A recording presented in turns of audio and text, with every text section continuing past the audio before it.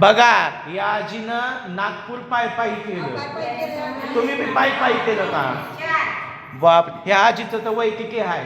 80 वर्ष, पण बसल्या ऐकत आहे. हा म्हणजे तुम्हाला कसं आहे, जेवण केलं तर माणूस बरोबर पंक्तीला बसतोय.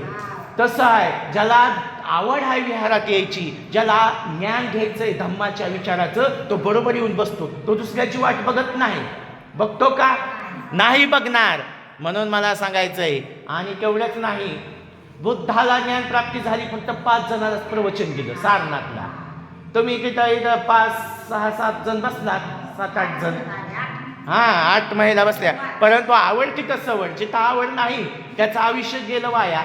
ज्याला विहारात यायला वेळ नाही त्याच्या मागं कोर्ट, कचरी, दवाखाना, पोलीस ठाणा, 17 भानगडी त्याच्या मागं लावून दिलेली आहे.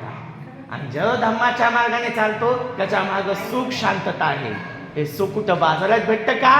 नाही. म्हणून माणसाला जास्त गरज तुम्हाला नाही, तुमच्या पिढीला, तुमच्या लेकराला पाहिजे. बरोबर आहे का नाही? म्हणून मला सांगायचं आहे, हे असं आहे बघा.